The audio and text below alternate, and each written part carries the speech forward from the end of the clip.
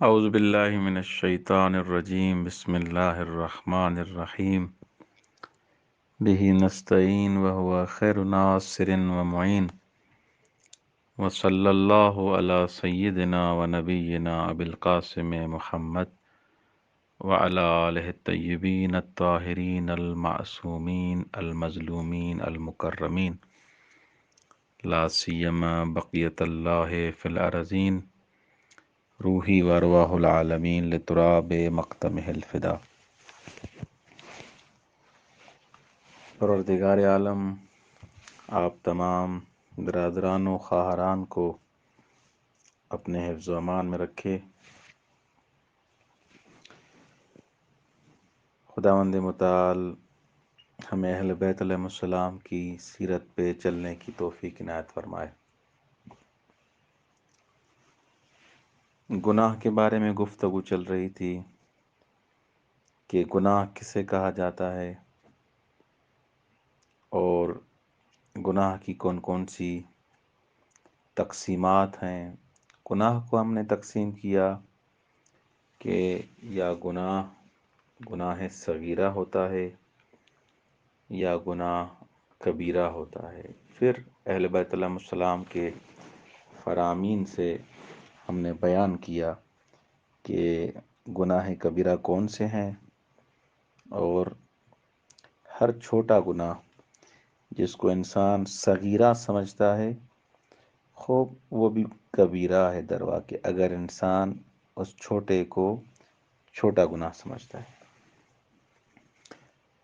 اس کے بعد ہم نے گناہ کو تقسیم کیا، وہ گناہ جو قابل بخشش ہے اور وہ گناہ جو معاف نہیں کیے جائیں گے، یعنی ایسے افراد کی شفاعت نہیں ہو سکتی۔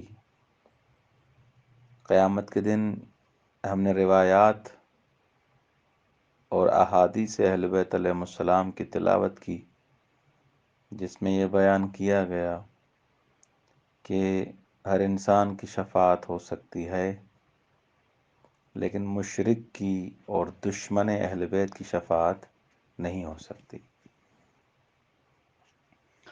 اس کے بعد ہم نے گناہ کی تقسیم کی کہ وہ گناہ جو انسان کے مرتکب ہوتا ہے انسان اس لیے کیونکہ وہ حقوق اللہ کو انجام نہیں دیتا، اور وہ گناہ جو حقوق العباد یا حقوق الناس جو انسان کے اوپر ذمہ داریاں ہیں ان کو انجام نہیں دیتا۔ حقوق الناس کے لیے ہم نے بیان کیا وہ بھی درواقع حقوق اللہ ہی ہیں، لیکن بالآخر اس تعریف کے مطابق جو ہم نے بیان کی کہ حقوق الناس اگر وہ افراد جن کا حق اس نے ضائع کیا ہے وہ معاف نہیں کریں گے، جن کی غیبت کی ہے، جن کا حق غصب کیا ہے، جن پر ظلم کیا ہے، تو اہل بیت علیہ السلام کے فرامین کے مطابق اگر ذرے برابر بھی کسی کے ساتھ ظلم کیا ہے، اس سے معافی نہیں مانگی، اس کو حق واپس نہیں کیا، تو وہ قابل بخشش نہیں ہے۔ یہ اب تک جو تقسیمات تھیں یہ درواقع خود گناہ کے بارے میں تھی۔ البتہ گنہگار کے حساب سے اگر ہم تقسیم کریں، ایک انسان جو دوسرے انسان کی مدد کرتا ہے گناہ کرنے میں، یعنی گناہ میں اس کے ساتھ تعاون کرتا ہے تاکہ اس کے لیے گناہ آسان ہو جائے۔ اگر وہ خود شاید ہوتا تو وہ گناہ نہ کر پاتا، لیکن اس نے اس کا تعاون کی، اس کے ساتھ تعاون کیا، اس کی مدد کی، اور اس کی مدد کی وجہ سے وہ گناہ کر پایا۔ تو اگرچہ یہ اس کے ساتھ اس گناہ میں شریک نہ بھی ہوا ہو، فقط اس نے تعاون کیا ہو، حالانکہ سے بھی پیسے دیے ہیں، راستہ فراہم کیا ہے، سفارش کی ہے، کسی طریقے سے بھی اگر اس کی گناہ میں مدد کی ہے تو دروا کہ اس کو شوق دلایا ہے اس گناہ کے لیے، رغبت اگر دلائی ہے گناہ کے لیے، یا مثلا اس کو دھمکی دی ہے، اس کو مجبور کیا ہے، حالانکہ کسی طریقے سے بھی اگر اس کو اس گناہ کے کرنے میں اس کو مجبور کیا، رغبت دلائی، کسی طریقے سے بھی اگر اس کے ساتھ تعاون کیا ہے اور اس نے وہ گناہ کیا، معونت الظالمین، جو ظالم ہے، جس نے ظلم کیا ہے، جس نے گناہ کیا ہے، خداوند متعال کے بالآخر واجبات اور محرمات کا کوئی لحاظ نہیں کیا، تو ایسے انسان جس نے گناہ انجام دیا، اس کے ساتھ اگر تعاون انسان کرتا ہے، ولو ہی کہ اس گناہ میں شریک نہ ہو، خود فعل میں اس کے لیے مقدمہ فراہم کیا، اس کو پیسے دیے، یا اس کو رغبت دلائی، اس کو شوق دلایا، اس کے لیے مقدمات فراہم کیے، یہ بھی در واقع قرآن مجید کی اس آیت کا مصداق ہے۔ بسم اللہ الرحمن الرحیم، وَتَعَاوَنُوا عَلَى الْبِرِّ وَالتَّقْوَى وَلَا تَعَاوَنُوا عَلَى الْإِثْمِ وَالْعُدْوَانِ وَاتَّقُوا اللَّهَ إِنَّ اللَّهَ شَدِيدُ الْعِقَابِ۔ سورہ مائدہ کی آیت نمبر 2، کہ انسان کو خداوند متعال حکم دیتا ہے کہ انسانوں، آپ نیکی اور تقوی میں ایک دوسرے کی مدد کریں، اگر مدد کرنی بھی ہے بلکہ کرنی چاہیے تقوی اور پرہیزگاری سے، انسان ایک دوسرے کی مدد کرے۔ مولا علی ابن ابی طالب علیہ السلام کیا فرماتے ہیں؟ آئینونی، میری مدد کرو، کس انداز میں؟ ورع کے ساتھ، تقوی کے ساتھ۔ آپ کو دیکھ کے، آپ کے کردار کو دیکھ کے سب یہ کہیں کہ مولا علی ابن ابی طالب علیہ السلام کے جو شیعہ ہوتے ہیں کتنے اچھے انسان ہوتے ہیں۔ انسان تقوی کے مقدمات فراہم کرے اپنے دوستوں کے لیے، اپنے رشتہ داروں کے لیے، نہ گناہ کے۔ وَلَا تَعَاوَنُوا عَلَى الْإِثْمِ وَالْعُدْوَانِ، گناہ پہ ایک دوسرے کا تعاون نہ کرو۔ حالانکہ گناہ کی اقسام آپ جانتے ہیں، کسی قسم کا بھی گناہ ہو، کسی کا اگر حق چھینا جا رہا ہے، کسی کا حق غصب انسان کر رہا ہے، اس میں آپ تعاون کر رہے ہیں، یہ بھی گناہ ہے۔ اگر کسی پر ظلم کیا جا رہا ہے، یہ بھی گناہ ہے، آپ اس کا تعاون کر رہے ہیں۔ خداوند متعال فرماتا ہے وَلَا تَعَاوَنُوا عَلَى الْإِثْمِ وَالْعُدْوَانِ،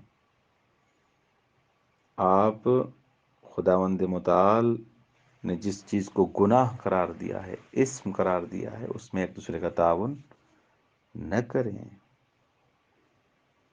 اور کئی احادیث میں یہ چیز بیان کی گئی ہے کہ اگر انسان کسی ظالم کی مدد کرتا ہے، کسی مجرم کی مدد کرتا ہے، وہ اس کے ساتھ شریک ہے، کیونکہ اس کے ساتھ تعاون کیا ہے۔ قیامت کے دن اس کو اس کا جواب دینا پڑے گا۔ یہ نہ کہے کہ گناہ تو اس نے کیا، میں نے فقط پیسے دیے، گناہ اس نے کیا، میں نے فقط مقدمہ فراہم کیا، گناہ اس نے کیا، میں نے فقط گاڑی دی، گناہ اس نے کیا، میں نے فقط مثلا اس کو یہ چیز لے کے دی۔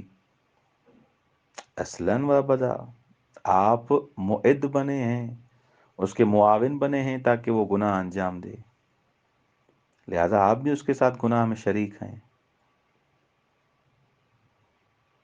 جیسے محمد بن مسلم ایک عظیم دانشور گزرے ہیں، بنی امیہ کی حکومت میں، خاص کر کے ہشام بن عبد الملک جو حکمران تھا اس دور کا، اس کا مددگار تھا۔ امام زین العابدین علیہ السلام سب سے پہلے تو اس کو روکا کہ آپ ظالموں کی مدد نہ کرو۔ اس کے بعد مولا کے جو اس میں الفاظ ہیں اور مولا کا جو فرمان ہے، مولا اس کو کہتے ہیں کہ کیا انہوں نے تمہیں اپنی محفل میں دعوت نہیں دی تھی، اور انہوں نے جو اپنا مرکز بنایا ہے، وہ جو مرکز انہوں نے بنایا ہے بنی امیہ نے، کیا تمہارے ذریعے نہیں بنایا؟ اس مرکز میں ظلم کیا جا رہا ہے، اس جگہ پہ جو تمہارے تعاون سے، تمہارے حالانکہ کتنا بھی تعاون تھا لیکن تمہارے تعاون سے وہ جگہ بنی، وہ مرکز بنا، وہ سسٹم بنا، اب وہاں سے ظلم ہو رہا ہے۔ کیا انہوں نے تمہیں اپنے مقاصد تک پہنچنے کے لیے تمہیں پل نہیں بنایا، جسر نہیں بنایا؟ تم ان کے گناہ کے لیے جسر بنے ہو، پل بنے ہو۔ مولا اسے روک رہے ہیں، ظالموں کی مدد نہ کرو۔ ہمارا معاشرہ دیکھیں آپ کے سامنے ہے، کوئی آفس میں بیٹھا ہے تو ان افراد کی چاپلوسی چلتی ہے جو پیسے والے ہیں، جن کے پاس پیسہ ہے۔ اب کہا یہ جاتا ہے کہ ہم کریں تو کیا کریں، مجبور ہیں۔ ایک دوسرے کو فقط اس لیے بری الذمہ قرار دیا جاتا ہے کہ فلاں شخص کر رہا ہے اسی لیے میں بھی کر رہا ہوں، فلاں جھوٹ بول رہا ہے میں بھی جھوٹ بول رہا ہوں، وہ چوری کر رہا ہے میں بھی چوری کر رہا ہوں، وہ رشوت دے رہا ہے میں بھی رشوت دے رہا ہوں، وہ دوسروں کے پلاٹوں میں قبضہ کرتا ہے میں بھی کرتا ہوں، وہ خمس نہیں دے رہا میں بھی خمس نہیں دے رہا۔ کون دیتا ہے زکوٰۃ، کون دیتا ہے خمس؟ بس یہ کہہ کے جان چھڑا دیتے ہیں۔ اس فرمان کو دیکھیں کہ اگر آپ کسی کے ظلم میں اس انداز سے شریک ہیں کہ اس کے لیے آپ دیوار بنا رہے ہیں، کمرہ بنا رہے ہیں، بلڈنگ بنا رہے ہیں، اور اس بلڈنگ میں اس دیوار پہ، اس دیوار کے سائے میں اگر گناہ کیا جا رہا ہے، گناہ انجام دیا جا رہا ہے، تو آپ اس میں شریک ہیں، کیونکہ آپ جانتے تھے کہ میں اس کی مدد کروں گا تو یہ گناہ کرے گا۔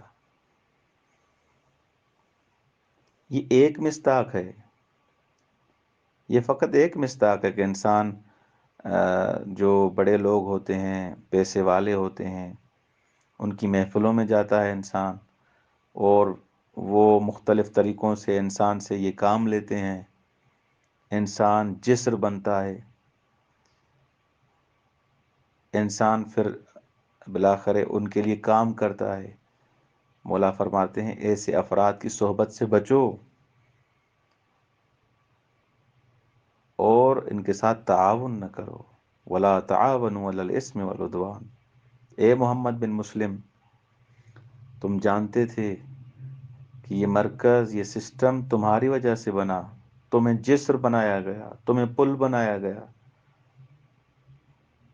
تو انسان کو بالآخر ان چیزوں سے ڈرنا چاہیے۔ یہ فقط کہہ دینا میں تو نہیں کر رہا، میرا تو گناہ نہیں ہے، میں نے تو چوری نہیں کی، میں نے تو قبضہ نہیں کیا، خوب آپ نے تعاون جو کیا وہ کیا؟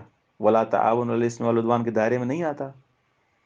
آپ نے جو ان کے ساتھ تعاون کیا، آپ کے ہاتھ میں بھی تھا، اور آپ نے چند پیسوں کے لیے، شہرت کے لیے، دوستی کے مثلاً اس میں آ کے، کسی بھی لالچ میں آ کے آپ نے وہ گناہ انجام دیا، کیا وہ گناہ نہیں ہے؟ وہ تعاون نہیں ہے ظلم پر؟ معاشرے اس لیے تو ترقی نہیں کرتے کہ وہ کر رہا ہے اس لیے میں کر رہا ہوں۔ میں اکیلا اگر مثلاً مخالفت بھی کروں گا تو کیا ہوگا؟ تو اس کا مطلب یہ ہے کہ انسان گناہ انجام دے، ظالموں کی مدد کرے۔ اس کا مطلب یہ کہ قرآن کی جو یہ آیت ہے تعاون علی البر والتقوی ولا تعاونوا علی الاثم والعدوان، ان آیات کو چھوڑ دے، العیاذ باللہ، اصلاً و ابدا۔ ہر انسان کی ذمہ داری ہے کہ آپ کتنا کر سکتے ہیں، جو آپ کا وظیفہ ہے، جو آپ کی ذمہ داری ہے وہ انجام دیں۔ یہ ایسے تو آپ فرار نہیں کر سکتے کہ فلاں کام انجام فلاں شخص انجام دے رہا ہے اس لیے میں انجام دے رہا ہوں، نہ، آپ نے جو اینٹ رکھی وہ آپ کا حصہ ہے. پوری مسجد آپ نہیں بنا سکتے، خوب ایک اینٹ کے پیسے دے دیں، وہ قیامت کے دن جب تک وہ اینٹ رہے گی وہ آپ کے لیے صدقہ جاریہ ہے قیامت تک. اگر ظلم کے کسی گھر میں آپ کی ایک اینٹ لگی ہوئی ہے تو وہ بالآخر عذاب بن کے قیامت تک آپ کے قبر میں وہ آگ کی طرح جلتی رہے گی. اگر کسی مظلوم پہ آپ نے اگر ظلم خود نہیں کیا اور تعاون کیا ہے ظالم کے ساتھ تو بالآخر اس کا عذاب ہے.